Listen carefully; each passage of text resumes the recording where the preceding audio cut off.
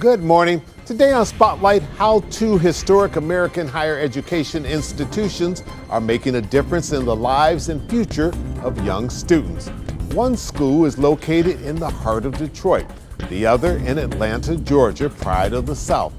What's the secret to this Jesuit university and historically black college leaving their mark on this city and nation? President Donald Taylor of the University of Detroit Mercy, Reverend André Spivey, Executive Minister at Oak Grove AME, and Engineer Ron Spears, President of the Detroit Morehouse College Alumni Association, will tell us as we wind down Black History Month 2024. It's Sunday, February the 25th. I'm Chuck Stokes, and this is Spotlight. Wall Street Journal education study, second in Michigan, 52nd nationally.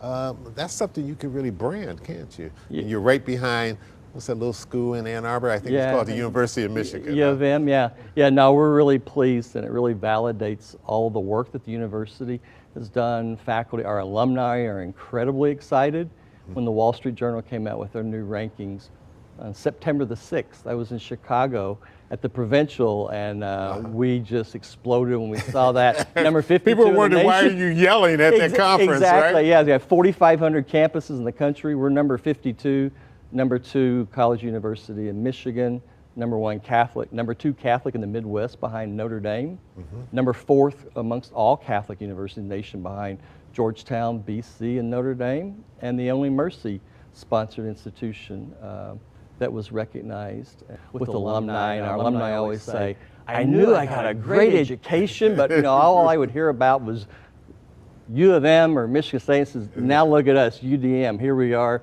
we're 52, and so it's a great source of pride. So we're doing a lot as far as branding and a framework and really our marketing work. Well, congratulations on that.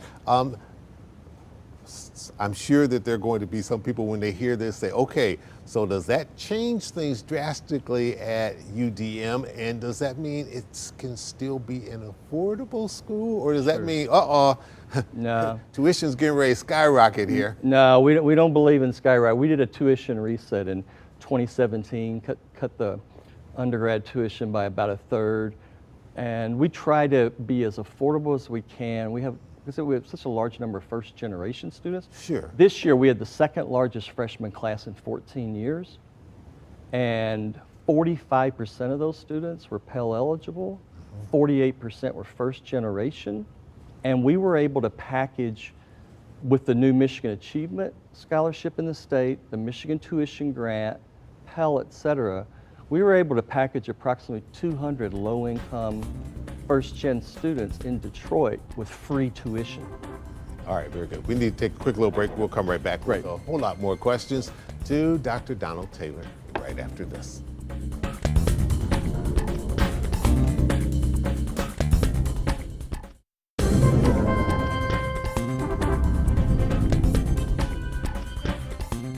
And welcome back to Spotlight, talking to President Donald Taylor of the University of Detroit Mercy. Dr. Taylor, let me ask you and tell me which one you want to focus in on the most. Realize that we can't bite it all off. You recently got a new Department of Energy grant that ties into nonprofits. You have a partnership in Macomb County in terms of nursing, so that spreads your footprint even more. And you're doing a major renovation with the Student Center and other buildings there. Yeah, let me maybe just kind of hit each of the three in the reverse order. Okay. So we have a new student union. We just over Christmas break got a major donor to step up and provide financial support to complete a black box theater and a center for career development for our students. Extremely happy. We're finishing up renovation of our freshman residence hall, Scheipel. The one grant you spoke about, we were one of only 9 institutions in the country that received a Department of Energy grant. It came from the infrastructure money, but it's to really promote energy efficiencies and lower carbon footprints for nonprofits. And then when it was a $45 million program, each of the institutions was going to get roughly $5 million, and we were the only organization outside the coast So if you look at the DOE map, we're right in the center. We're the only one funded. So we're working in neighborhoods in Detroit, Hamtramck, Highland Park. It's a joint effort between our School of Architecture and our College of Engineering. So we'll have students doing energy audits, working with 13 nonprofits. Focus Hope is our main project partner, but Right. Goodwill, others. And then we're also, the money allows you to work on bringing in more efficient HVAC, insulation, everything you can think When of. everybody's energy conscious these days. or Exactly. they should be. And President Sawyer and I, we have this partnership at Macomb County Community College, their South Campus for Allied Health. We got $2 million from the state to have their associate degree nursing students stay there and earn their bachelor's degree from us. So we send nursing faculty there using their facilities. And this will be the first of many. And in fact, if you look from June 1 to October 31st, 7 of the 9 employers that had the greatest number of job openings in Southeast Michigan were hospitals or healthcare systems. Wow. 36,000. Building cities around healthcare. Yeah, 36,000 of the 42,000 openings were in allied health folks. We're doing it with Macomb. We're also doing it with my good friend, the chancellor at Oakland County Community College, whose daughter happens to be one of our architecture students. Okay. And we're doing it there with their natural science students to create a pathway directly into our College of Engineering. It's a win-win for the students. Final question, and unfortunately time's always our worst enemy. By the time you get these students, they've been through the K-12 system. Yeah. What is it that you need most to make sure that they are ready? Because we always hear about Michigan trying to become a top 10 education state, and everybody admits we aren't there yet. Sure. You've got a great feeder school with the University of Detroit, UD High School, just right in close proximity, and they're a great feeder school for you, but you're getting them from other places. What is it you need most to make sure that when they step into UDM, they're ready?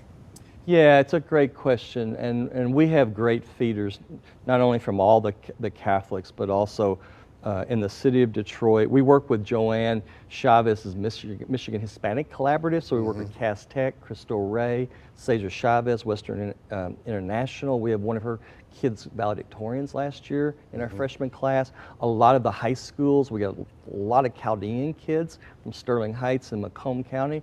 I think the biggest thing is to make sure that we're providing the wraparound services or support for the students in their first year as they make that transition from their, especially right now, because these kids went through and spent a good portion of their high school, virtually during COVID.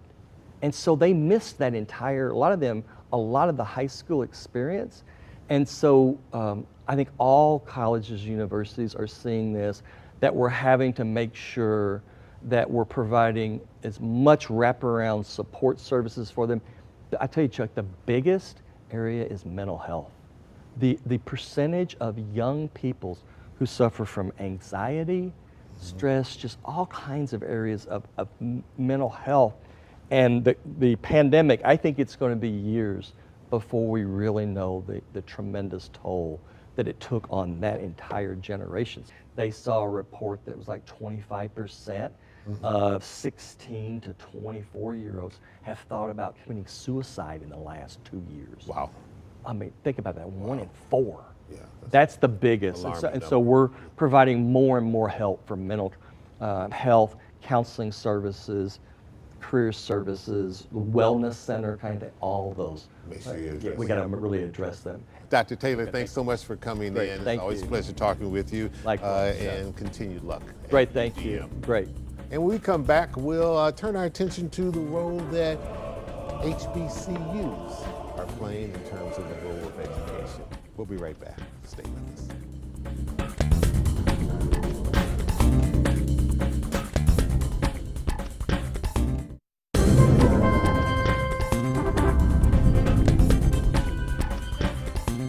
Gentlemen, welcome to Spotlight. Thank you. Glad to be here. All right, good having both of you. I'm going to start with you, Ron. We see all across the nation and I've seen it on countless shows, countless journalism organizations, are talking about the historically black college and university craze, I think you could probably call it, or resurgence. Not just the institution that you represent and André is affiliated with, and in full disclosure, that I'm with as well. Why is that?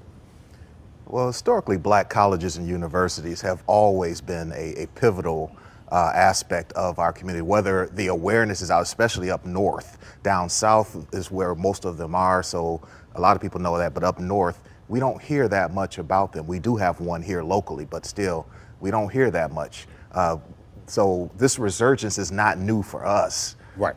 But for others, it happened, one of the first ones that I remember was when I went in 1987 is when I came out of high school and went down to Morehouse. And at that time, the Cosby Show and Different World were airing, and that really is what started this first resurgence. And we had about 30. They were flocking to Spelman College. They were. Hillman College, you know, there's a debate whether that's AUC or Hampton, but, you know, either way, Hillman College was very, very popular, the fictional college. But 30 people from my high school class went to Morehouse and Spelman. And Clark and Morris Brown, about 30 people. So it was just a big resurgence back then. Now, it's more so the Vice President of the United States, Kamala Harris, is a Howard University alum. Stacey Abrams over in Georgia, and Raphael Warnock, my classmate, he and I started Morehouse freshman year, fall of '87. Senator from Georgia. So that, and as well as a lot of many others, Oprah Winfrey, Tennessee State. There's just so many HBCU alums that are doing wonderful things throughout this country. And everyone can claim one or several that they promote as sort of their torchbearers. Of course, in Morehouse is the Reverend Dr. Martin Luther King Jr. and Julian Bond and Maynard Jackson and so many others. André Spivey, Reverend Spivey, there's an event coming up here in a couple weeks. Morehouse College Glee Club is coming to Hartford Memorial Baptist Church, another historic church here. Why is that event so important in terms of furthering the brand of Morehouse College? Chuck, that event is important. Outside of Georgia. Outside of Georgia. The Glee Club is the official choral ensemble for the college, and they are the official ambassadors. And so when that Glee Club goes to every city across this country, there are young men who see the Glee Club and what they represent. And some guys actually at the concert want to know, where can I sign up to come to Morehouse College? I saw them. They may not have taken the HBCU tour, right? But they've seen the Glee Club. But that sort of comes to them. And the Glee Club comes to them and say, hey, we are Morehouse. And you see the precision of the Glee Club and how they're well dressed and how they sing and conduct themselves. And I saw the Glee Club in high school. And I said, that's where I want to go to school. And so you're an alumnus. I'm an alumnus, 1996 Ron and I couldn't sing, so we weren't. That's right. And it was an opportunity, Chuck, to see literally almost every state in this country, and we traveled to Europe. When I was in the Glee Club, we sang for the Olympics in '94 with Natalie Cole. We sang for the Super Bowl, '94, the Olympics in 1996. And so we went to small hamlets in the backwoods of Georgia, and we sang for presidents and CEOs and large events. As part of the offshoot of the college, a lot of the local alumni do the college campus recruiting. And I've been to HBCU college fairs at Berkeley High School. The vice principal there is a Tennessee State alum. So we do Berkeley High School, Farmington School District. We had one a couple of weeks ago. Roseville High School in Macomb County is now about 40% black. And so their football coach organized a HBCU college fair there. And so, and that's just a sampling of some school districts that we have been invited to do HBCU college fairs. So it's a wonderful thing. And I know when I was coming along, a lot of African Americans who had gone to integrated high schools and maybe had not ever been in a predominantly African American setting, that was one of the attractions to go to Morehouse and Fisk and all of these other great HBCUs is you felt, okay, I'm going to be part of that, that fraternity, so to speak, in which I'm the majority and not the minority for once. Yeah, and it was, for me, Cass Tech was 99.9% black, and my graduating class was 770, and 90% went to college. And many went to Michigan State, but many went to HBCUs. And I kind of like to say that I have like 8 years of HBCU experience because my experience at Cass Tech was very HBCU-ish, as they say. Yeah, all right, we're going to take a little break. We'll come right back. We'll talk more about the Glee Club coming and other events coming down the line. We'll be right back. Stay with us.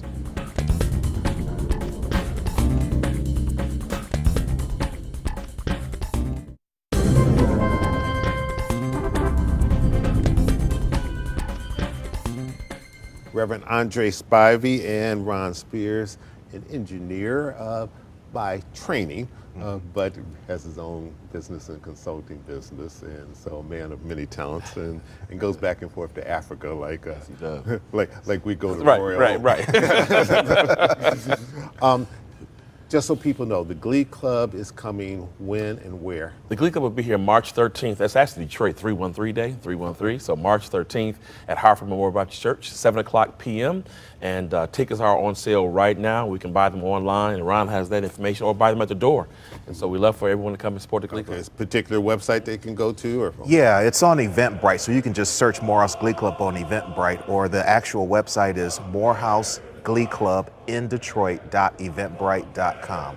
This is also part of many things you do to try to raise scholarship money, correct? Yes. Talk a little bit about that and why this event and others are so important. Yeah, Morehouse is one of the best colleges, but it's very expensive to go there. It's a private college.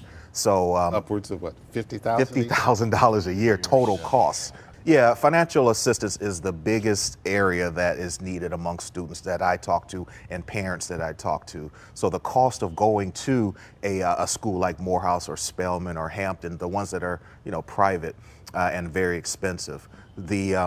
So this Glee Club is going to help benefit students, juniors and seniors who need the most financial assistance. So ticket sales are going to all go towards scholarship for juniors and seniors at Morehouse. We had a couple of years ago, we had about 8 or 9 young men come to Morehouse from UD High School alone, including Reverend Spivey's son, okay. Who is graduating this year. So graduating senior, yes. Okay. Tuition paid, he's graduating, and they've kept their UD. They have a fraternity themselves. And they all, about 12 guys went to U of D, or from U of D to Morehouse College. They are still there now, and they hang out together, they eat together, travel together, and it's a close bond it's a pipeline from U of D to Morehouse. I had it when I was a student. My roommate was Judge Bill McConical from U of D to Morehouse. So that pipeline is a prominent judge here in Detroit. So that pipeline is very strong, and they prepare young men for Morehouse at U of D Jesuit High School in Detroit. Have you seen a big change between when you were there and your son's generation? I do. My son's generation, they are laid back yet kind of militant and very strong about their beliefs and their belief systems. They know what they want to do. They do it. And while I was there, we had the trade crew was very close. We had a Michigan club in the AUC between Morehouse, Spelman, Morris Brown, and Clark. The club is not there now, I don't believe, but the Morehouse guys from Detroit, they are extremely close. They look out for one another. And so that bond, it goes on throughout life. I talk to guys even to the very day, Chuck, all across the world who went to Morehouse in my years. And so it's a lifelong commitment, a lifelong bond. Very own Carolyn Clifford will be MC. That's right. Carolyn's nephew, Stan Clifford, is a Morehouse alum. I actually went to his wedding. And Carolyn's brother, Stan Clifford Sr., is the athletic director over at Hartford Memorial Baptist Church. Wow. So she has a tie to both Hartford and to Morehouse, of course, in the community. So she was just a great choice for the MC. You're also involved in another event that's coming up as the weather gets a little better and we get to spring, and that's the Kentucky Derby. Tell us about that and how you and your wife and others are involved in it. Sure. I'm part of an organization called Circle Events Detroit, and we put on a Detroit Kentucky Derby day party each year. We had it at the Charles Wright Museum, and they've had a flood and some other things, so we've moved it around. Last year we were at the Detroit Zoo. This year we're going to be at the Mary Grove Conservancy. And so this event is the first Saturday in May, Derby Day, May 4th, and it benefits Morehouse incoming freshmen, because the incoming freshmen need financial support as well. The Glee Club tickets are going to go towards juniors and seniors, but the Detroit Kentucky Derby event is going to benefit incoming freshmen. For the last couple of years, we've raised $8,000 for incoming freshmen, and what we do is we put a couple of $100s in their pockets to buy books when they get down there. It's just a wonderful, beautiful sight to see this, and then for a great cause. Talk about the role that those two key pillars have played in your own personal life, and how life might be different if you didn't have those two anchors. Yeah, so the Black church, as we know, has been a staple in the Black community for decades. And many HBCUs came out of Black denominations and Black churches in their basements, and now they're large institutions. And so as we support our Black churches, I'm putting a call out for all HBCU grads, support our HBCUs. Even if you didn't go, send your support. They help to raise our young men and young women and make them men and women, and sometimes they don't get financial support that they need. And so we ought to support them. They've made tremendous strides in our community, and I hope that those coming to the concert will know you're not going to just hear a wonderful concert, but you're also going to support scholarships to keep young men going to Morehouse College. And for me personally, with Cass Tech and Morehouse and Black Church, I would not be who I am today. And so our household is an HBCU household. My wife is graduated Prairie View. Our son is there now in Morehouse. I went to Morehouse. And so I am a supporter of HBCUs, all of them, private and public. And we hope that if you go to an HBCU, you'll give back today and keep giving, and ask those in your community to give as well. All right, well said, and a great ending note, and a great way to, as we sort of wind down Black History Month, to be able to talk about the importance and the role that both the Black church and HBCUs have played in our community and in our nation. Reverend Spivey, thanks so much for coming in. Good seeing you, brother. And Ron Spears, good seeing you as well. Best of luck, and best of luck with the event coming up. Thank you. And I'm Chuck Stokes. We'll be back next week with more newsmakers in the spotlight. We hope you have a great week.